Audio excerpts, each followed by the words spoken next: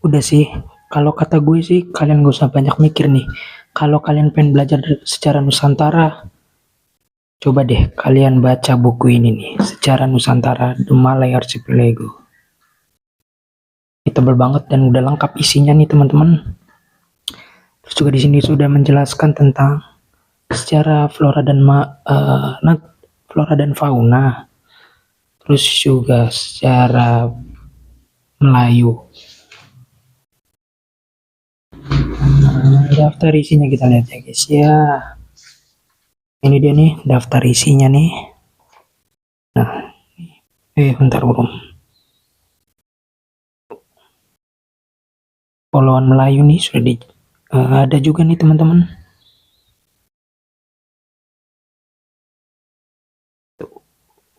Borneo, Jawa, Sumatera. Yuk, langsung aja digas.